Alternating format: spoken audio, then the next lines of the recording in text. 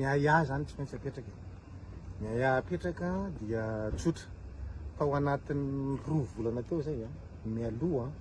ny anaovana ny fifidianana solombaboaka dia maheno foana antsika hoe fisamborana olona na nametraka taratasy na candidat dia mametraka aya zany tsika ao anatin'ilay hoe tena izotra ho any amin'ny demokrasia ve tsika sa izotra ho any amina didjadona. Faly miaraba antsika rehetra indray mbola tsara karakory basy manahoana salama akory ale salama vantegna akory lahaly akory ge akory li akory kwa akory rehiragnitsy akory izy io raha ny zavatra ho zaraintsika androany moa dia ny mahakasikasika ny raha politika ny bosibosina ny fakafakana ho zaraintsika eto fa indrindrindrindra mahakasika ny Ramatoa Olga Ramalson izay nahiditra ponjavonjy maika eny an-tanimora nanomboka izao hariva izao. Kandida vovonan'ny firaisan-kina amin'ny fifidianana solombavambahoaka ao Antsirabe voalohany manko izy io rehefa avy nampitsiana teny anivon'ny pacte anti-corruption sectara tamin'ny 9 maraina izy. Ny mahavarena nefa dia efa tamin'ny 4 hariva izy vao natao fanadihadiana ary tonga dia nahiditra eny an-tanimora avy hatrany raha tany amin'ny taona 20 fony izy be ny tanànan'ny commune Ambonivohitra Antsirabe no nofongarina nanomboka tamin'ny taon-dasana nanjiana azy amin'ny vestre habit de fonction sy faux en écriture publique. Araka ny fantatra dia efa samy no dimandry ireo olona tadrifina ndraikitra tao amin'ny commune amin'ity raharaha ity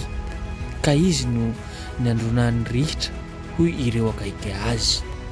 Efa ministra nivarotra tamin'ny tetezamita manko izy ity tamin'ny fiarahamin-tanana ary efa sénateur tia mihany koa izy Ramatoa Olga Ramalson io ary candidat solombavambahoaka amin'ny anaran'ny firaisan-kina manko izy Antsirabe voalohany ny tenany izao nampidirana amponjavonjy maika izao. Mandeha izao ny raha politika amin'izao fotoana izao ity mahagaga fa taiza foana ry tompoko lahy sy tompoko vavy nareo mpitona fanjakana nanomboka manko nareo teo tamin'ny 7 ary teo ihany koa teo amin'ny 4 ary mbola nisany ihany koa teo ihany koa nareo tamin'ny 18 2018 teo jusqu'à amin'ny 2023 lasa teo iny fa taiza foana reo nareo tompoko lahy sy tompoko vavy no tsy nitaitra zany ane tenenina foana fa hoe ireto mpitondra fanjakana dia mitady tous les moyens mitady dossier ho an'izay mpanohitra reo mba tsy ho lasa solombavambahoaka fa ho an'izareo rehetra ny tanàna. Mampametra-panontaniana antsika rehetra na ianao io mpanohitra na ianao io mpanohana fitondrana mba rariny ve zao taiza nanomboka efa ela 10 taona zay tsy mahagaga ve zany tokony andiny teny ihany koa nareo pisole elaka na nareo mpanaradia ity fitondram-panjakana tariny andrajolona ty hoe natoritory foana ve nareo nanomboka depuis 2001 zany ao nandalo 2015 2018 jusqu'à 2023 zao natory foana ve nareo nanitra an'izany mba mahatongava saina nareo na mpanohana fitondram-panjakana ty zao dia système élimination mba éliminer ny candidat na indépendant zay na mpanohitra zay fa hita ho mambahoaka eo amin'ny toerana anankiray efa averimberina ity fa hoe ity fitondram-panjakana ty manao didjadona manao zay herim-pamoretana ho antsika vahoaka malagasy raha mbola tsy mitsangana manomboka zao. Eto misy vidéo tapatapany zay fanao-kevitra nataon'ny député antre sy député fidèle eo ihany koa secrétaire général natoko timo Rina izay no zava-misy eto amin'ny tany sy firenentsika anjakany jadona zay zany fa natao hoe Madagasikara tsy maintsy mandroso ary mipetraka ny fanontaniana ho an'ny mpanohana fitondrana na mpanohitra fitondrana na iza hoe tena handroso tokoa ve itsika ty tena handroso ve itsika ty sa juste hoe resaka hoe tsy maintsy mandroso zany juste hoe rebireby resaka teo masaka ho fomba fitenin'ny tanora ankehitriny zany ve izy ty handroso tokoa ve izy tsika ty zao ve ny fomba fatao fanaovana politika eto amin'ny tany sy firenentsika tsisy demokrasia tsisy faneho-kevitra tsisy hoe tonga dia ampidirinao amponja ny olo am'izay manino am'izay nareo rehetrarehetra tompony ao amin'ny antemeram-pirenenao mipetraka raha fanontaniana moa ve raha saminareo rehetrarehetra mameno solombavambahoaka amin'ny antemeram-pirenenao moa ve dia tena hoe Madagasikara tsy maintsy mandroso ary tena handroso tokoa ve? Jereo ny PIB, jereo ny économie rehetrarehetra zany re social na politika io, jereo ny fiainam-bahoaka amin'ny ankapobeny resaka social zany, jiro sy rano mandeha sa tsy mandeha, lalana rehetrarehetra tsisy raha mandeha, dia mbola hiteny hoe Madagasikara tsy maintsy mandroso. Mandroso amin'ny lafin'inona antsika ty? Mandroso amin'inona antsika ty? Antsika rehetrarehetra mandroso amin'inona? Ary tena handroso tokoa ve tika ty? Zay foana manko naverimberina mibaze lasa mibaze anatin'ny sain'ny olona mpanohan'ny fitondram-panjakana hoe tsy maintsy mandroso, tsy maintsy mandroso. Lasa zany no mibaze ao anatin'ny sain'le mpanohana. Tsisy moa ankoatran'izay slogan zareo zay dia tsy maintsy zay. Ary tena mandroso, handroso ve tsika ty? Sa resaka hoe fanamboarana ataontsika hoe trano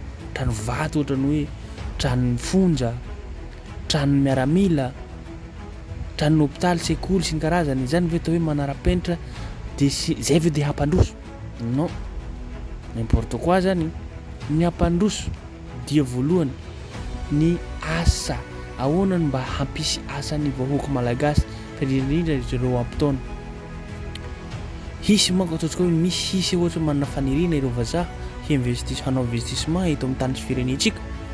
fa sakanana ity fitondram-panjakana ity. Ary efa nanokapeo manko, nampaikapeo ibany Christine Zanamaso hoe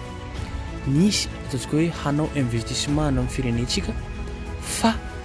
saboteva na sakanana ity fitondram-panjakana. Aiza ireny handroso amin'izany? Dia inona hiasa? Rehefa fitondram-panjakana tsy manome asa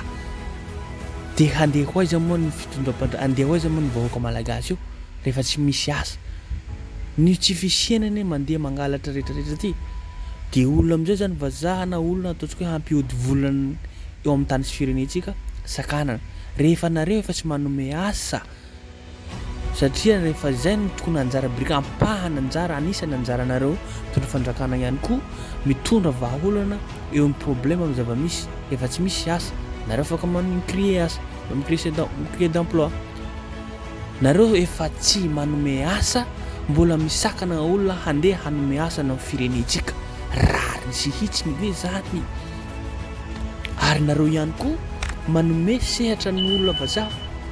hitantana an'le asa, le orinasa efa misy manko hoe hanangana orinasa zay vaovao hafa, le hoe misy olona hanao investissement ana amin'ny firenentsika. Zay no zava-misy amin'ny tany firenentsika. Ilaina ny fanamboarana sekoly mba voalohana amin'ny point de départ olona mianatra fanabeazana, anisan'ny vahaolana anankiray mba antoky ny fampandrosoana. Fa ny asa mba hampisy ahoana mba hampidibola ny olom-pirenena na vahoaka ao aminatiny. Rehefa mampidibola ny olom-pirenena,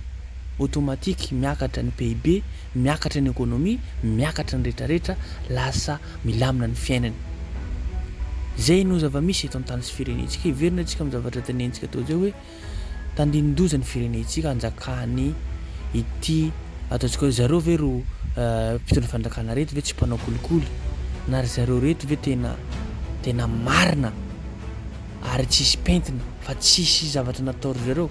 Jerentsika zao affaire maloto, corruption, resaka volamena, resaka écran plat, misy tono ve resaka imbiky, resaka kolikoly, corruption rehetrarehetra. Aiza moa nareo paky tsy mitsangana, pôle anti-corruption reto tsy mitsangana. Tao mangina nareo rehefa fitondram-panjakana no manao kolikoly, ary nareo amin'izao vao zay mifoha. Fa taiza ihany koa manko nareo reto tsy nitaitra nanomboka 15 ans zay. Zao vao nanomboka fifidianana dia éliminer daholo ny mpanohitra. Zany natao hoe fanaovana politika eto an-tany sy firenentsika, mitongava saina tompoko lahy sy tompoko vavy. Tsy mety zao nanareo mpanohana fitondrana hoe dia rariny zao. Natory foana zany io présidentareo sy ny mpitondra fanjakanareo nanomboka tamin'ny 2009, zao hanomboka ny fifidianana sy lombavam-bahoaka 2024 zay vao nifoha. Mba rariny ve zany? Zay no zava-misy marina eto an-tany sy firenentsika ka azadina trano miabonena manao zay manao commentaire ahafahantsika mahatsara zavatra izay. Ny aya zany tsy maintsy apetraka. Ny aya apetraka dia tsotra tao anatin'ny 2 volana teo zay mialoha ny anaovana ny fifidianana solomaboaka dia maheno foana antsika fisamborana olona na nametraka taratasy na candidat dia mametraka aiazy antsika ao anatin'ilay hoe tena izotra ho any amin'ny démocratie ve tsika sa izotra ho any amina dijado zay zany ny apetraka zany anatin'izao sitomana sain'ny mpiara-mombona antoka zany ny TTF rehetrarehetra sitomana sainy ireo fianakaviam-berasim-pirenena koa hijery an'ilay ka Madagasikara fa manomboka lasa ny sango mihoatra amin'ny loha ao anatin'ilay zava-mitranga entintsika dia tsy maintsy manaitra zany zay manaitra ary manaitra ny entité politika rehetra koa ny amin'ny famerana mba samy amondrona hery zany manomboka zavatra ohatran'izay satria misy aiaby eto dia araka ny teny zavatra mitranga ety Tanimora zavatra mitranga ety Tanimora moa amin'izao fotoana izao zany dia misy didy izay navoaka ny paka maneran'ny ministra Olgara Malasona hitazomina vonjy maika zany noho ny raharaha izay niseho tamin'ny 7 tany tamin'izy mbola ben'ny tanàna eny Antsirabe dia gaga moa zany zay izy androany miresaka amin'ny vady aman-janany amin'izao fotoana izao hoe fa manina no zao zany zavatra zany no mivoaka raharaha efa tamin'ny 15 taona lasa manina no amin'izao fotoana zao no misy an'izany didy mivoaka zany ary aingana be ilay satria raha tamin'ny maraina raha filazan'ny vady aman-janany dia tamin'ny maraina tamin'ny 7 maraina izy natsoina teo anivon'ny paka dia niandry tao fotsiny hatramin'ny 4 hariva dia amin'ny 4 hariva tonga dia hoe ny anton'izao zao ianao dia tonga dia ampidirina ponja vonjy maika tsy misy zavatra hoe tena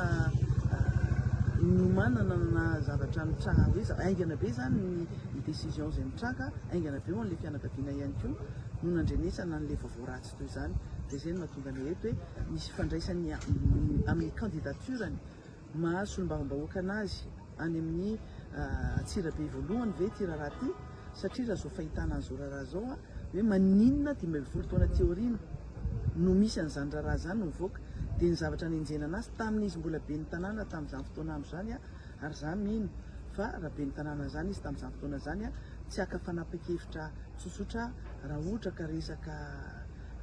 tany no resahana satria hoe misy resaka tany le izy fa tsy maintsy misy idirana procédure mahakasika an'izany resaka tany zany tsy maintsy misy idirana conseil municipal tsy maintsy misy idirany olo-kafa ihany koa zay vao tonga ny aminy zany zany raharaha zany